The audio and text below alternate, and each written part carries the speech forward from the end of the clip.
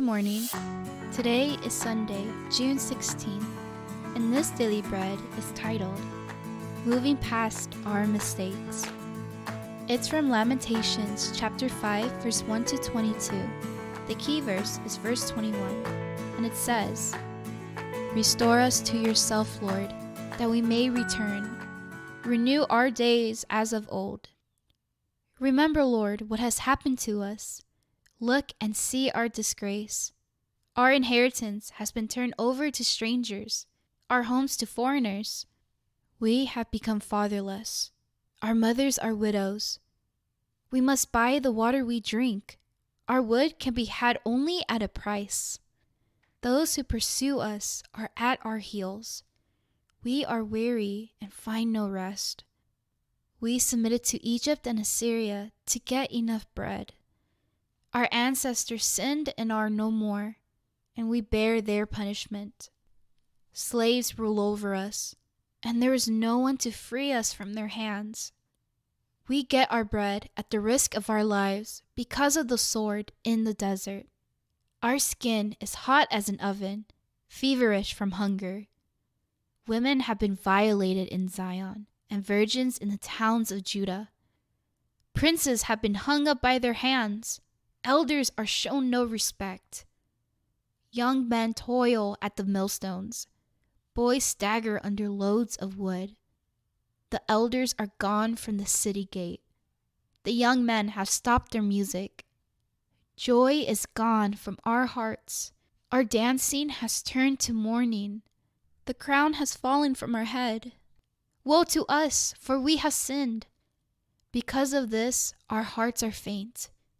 Because of these things, our eyes grow dim for Mount Zion, which lies desolate, with jackals prowling over it.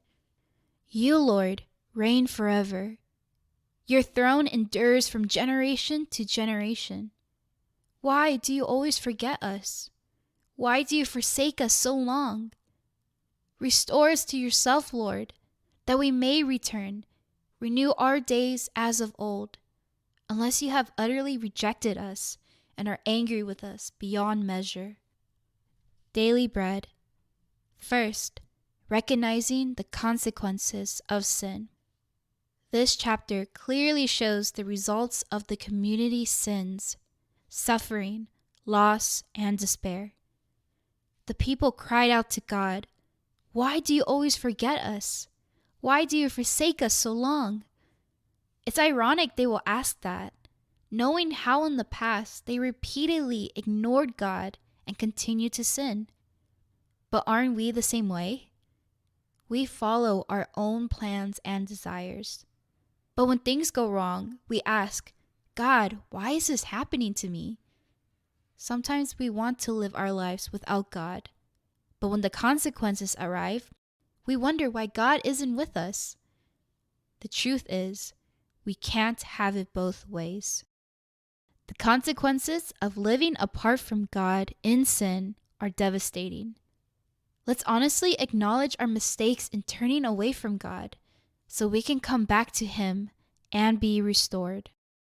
Second, the power of repentance and restoration. Despite the difficult circumstances, the chapter ends with hope for restoration and renewal. This reminds us that God is ready to forgive and transform anyone who comes back to Him. When we face personal failures or dark times in our generation, the best answer is to turn to God. We can pray for personal growth and for spiritual revival in our world. By embracing His grace, we can learn from our mistakes and strive to make a spiritual impact in our schools and communities, reflecting the values of our faith. Ultimately, through our faith and perseverance, we can inspire others to seek God's transformative love as well. Let us go into prayer.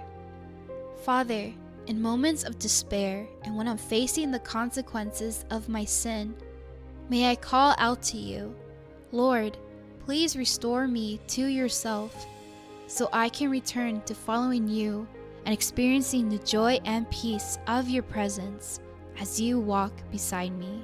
In Jesus' name, amen. One word: return and be restored in God.